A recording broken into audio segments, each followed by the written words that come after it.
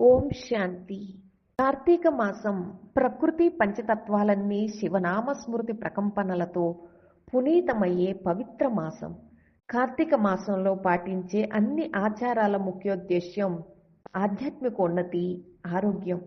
శివునికి, విష్ణువుకి ప్రాముఖ్యత ఉన్న ఈ మాసంలో ఉపవాసాది ఆధ్యాత్మిక సాధనలతో పాటు వనభోజనానికి అంతే ప్రాముఖ్యత ఉంది.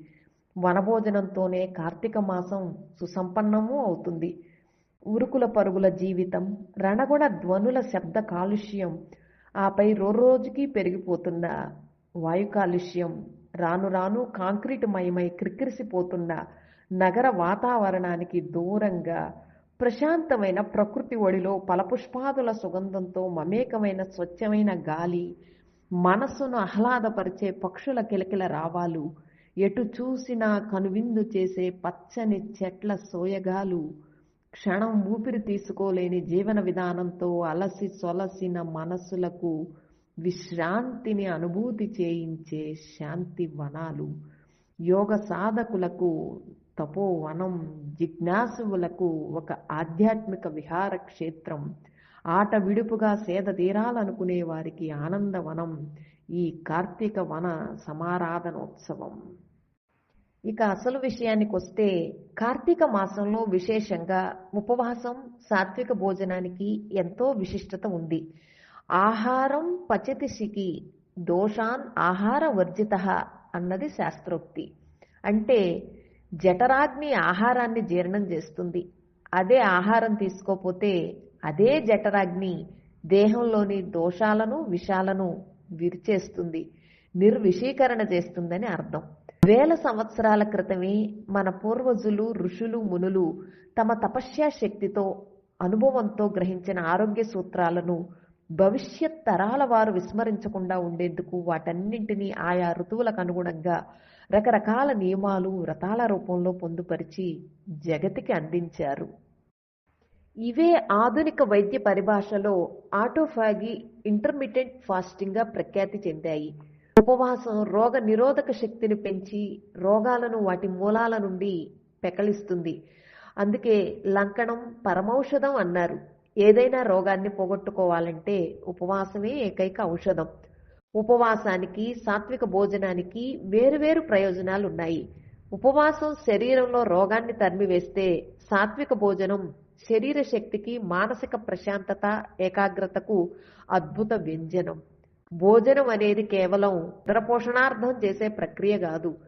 మానవ శరీరం ప్రకృతిలోని పంచతత్వాలతో తయారయ్యింది. అవి ఆకాశం, గాలి, అగ్ని, నీరు, భూమి. ఈ దేహమనే ప్రకృతిలోని చైతన్య దీప్తి ఆత్మ. ఆత్మ సప్త దివ్య గుణాలతో తయారయ్యింది. అవి జ్ఞానం, పవిత్రత, శాంతి, ప్రేమ, సుఖం, ఆనందం, శక్తి. మనిషి అంటే ఆత్మ శరీరంల సమ్మేళనం. ఈ శరీరంలో ఆత్మ ఉంటేనే దానిని జీవనం అంటారు. ఆత్మ ఈ దేహాన్ని త్యజిస్తే దానిని దేహానికి మృత్యువు అంటారు. ఆత్మ అజరం, అమరం. ఆత్మ, శరీరం రెండు వేరువేరైనప్పటికీ రెండిటికి మధ్య లోతైన సంబంధం ఉంది. ఆత్మ లేకుంటే శరీరం జడం, నిర్జీవం. శరీరం లేకుండా ఆత్మ ఎలాంటి పనులను చేయలేదు. ఆత్మ శరీరం అనే రథానికి యజమాని, సారథి అయితే శరీరం ఆత్మకు రథం లేక సాధనం. ఆత్మ స్వాభావిక స్వరూపం శాంతిగా, ఆనందంగా, సంతుష్టంగా ఉండటం. దేహం స్వాభావిక స్వరూపం ఆరోగ్యంగా ఉండటం. సూర్యుడు ప్రకాశాన్ని, శక్తినిస్తేనే ప్రకృతి పరిడవిల్లుతుంది. అలాగే ఆత్మ దేహంలో భ్రూ మధ్యస్థానంలో నివసిస్తూ దేహమనే ప్రకృతికి శక్తినిచ్చి నడిపిస్తుంది. ఈ విధంగా మానవ శరీరం ప్రకృతితో తయారైంది కాబట్టే ప్రకృతి నియమాలే ఇందుకు అనుకూలమైనవి. ప్రకృతి మనిషి సదా నిరోగిగా జీవించేందుకు కావలసిన అనేక రకాల కూరగాయలు, ఫలాలు, ఆకుకూరలు, పుష్పాలు, ధాన్యాలన్నింటినూ ఉత్పత్తి చేసింది. ప్రకృతి ప్రసాదించిన ఈ ఆహార పదార్థాల్లో అమృతం ఉంది. ఇదే మన ధర్మ గ్రంథాల్లో వర్ణించిన సాత్విక ఆహారం. దేహాన్ని మందిరంగా ఉంచుకోవాలి. ఆత్మలో దైవత్వాన్ని నింపుకోవాలి. ప్రకృతి విరుద్ధంగా నడుచుకుంటూ తామసిక ఆహారంతో కడుపును నింపుకుంటే శరీరం నేడు కాకపోతే రేపైనా రోగాల రూపంలో శిక్షలను అనుభవిస్తుంది. అందుకే భోగి మహారోగి అన్నారు. మానవుడు శాకాహార జీవి కాబట్టి ఆరోగ్యం ఆయువృద్ధి కోసం ప్రకృతి సిద్ధ ఆహారం అమృత సమానం. అలాగే అసలైన మరో ముఖ్య విషయం, మనస్సు ఆలోచనల ప్రభావం భోజనంపై ఉంటే తినే భోజనం ప్రభావం తిరిగి మనస్సుపై ఉంటుంది. భోజనం తయారు చేయటం, వండటం అనేది ఒక పవిత్ర యజ్ఞంతో సమానం. వంట చేసేవారి మానసిక స్థితి ప్రశాంతంగా నిర్మలంగా ఉండాలి. పరమాత్ముని తలంపులో ఉంటూ వండితే ఆ పదార్థం ప్రసాదంగా ఆరోగ్యాన్ని ప్రసాదించే దివ్య సంజీవనిగా పరివర్తితం అవుతుంది. అంత శుద్ధ పవిత్ర సంకల్పాల్లోనే ఉంది. పూర్వం రోజుల్లో వంట తయారు చేసేటప్పుడు సూర్యకిరణాలు తిన్నగా వండుతున్న పదార్థంపై పడేలా చేసేవారు. తద్వారా సౌరశక్తి ఆ పదార్థంలో నిండేది. నేడు విద్యుత్ దీపాల వెలుగులో పట్టపగలే చీకటిని తలపించే వంటశాలల్లో భోజనం తయారు చేసుకోవటం వల్ల ప్రకృతి నుంచి స్వాభావికంగా అందాల్సిన అనుకూల శక్తి లభించకపోవటంతో అనేక ఒత్తిళ్లు, మనోరుగ్మతలకు కారణం అవుతూ ఉంది. అలాగే అందుకే కనీసం సంవత్సరానికి ఒక్కసారైనా ప్రకృతి వనాల మధ్య సౌరశక్తి నేరుగా ఆ భోజనం మీద పడేలాగా పవిత్ర ప్రసాదాన్ని తయారు చేసి పరమాత్ముడికి అర్పించి తినటం వల్ల ఆ భోజనంలో ప్రకృతి శక్తి, పరమాత్మ శక్తి రెండూ నిండుతాయి అనేదే ఈ వన సమారాధనలో అంతర్లీనంగా దాగిన ఆరోగ్య రహస్యం.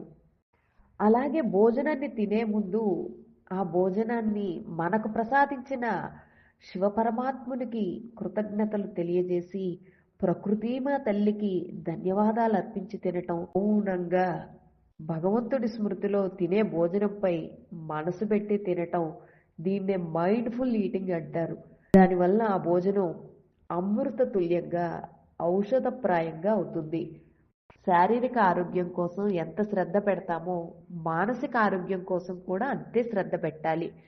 మనసును శక్తిహీనం చేసి శరీరంలో విష రసాయనాలను ఉత్పన్నం చేసే నకారాత్మక ఉద్వేగాలు, కోపం, చింత, భయం, శోకం, ద్వేషం, ఎదుటివారి పట్ల హీనభావం, శత్రుత్వం, నిరాశ వంటి రాక్షసులను మన అంతరంగం నుంచి తరిమివేయాలి.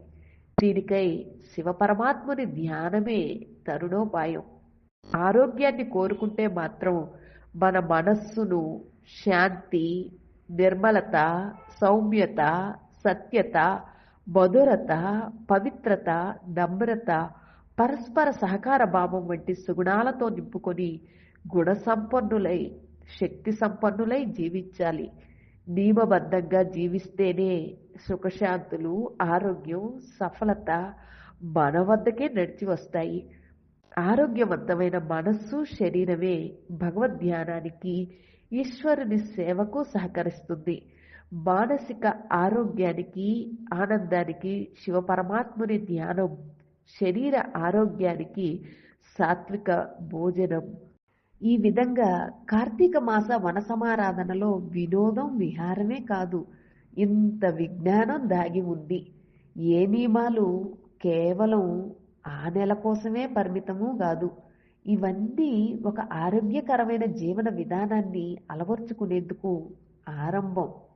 ఇవి అర్థం చేసుకొని ఆచరిస్తే ఈశ్వరానుగ్రహంగా అన్ని రకాల సిద్ధులు లభిస్తాయి. లోక సమస్త సుఖినో భవంతు. ఓం శాంతి.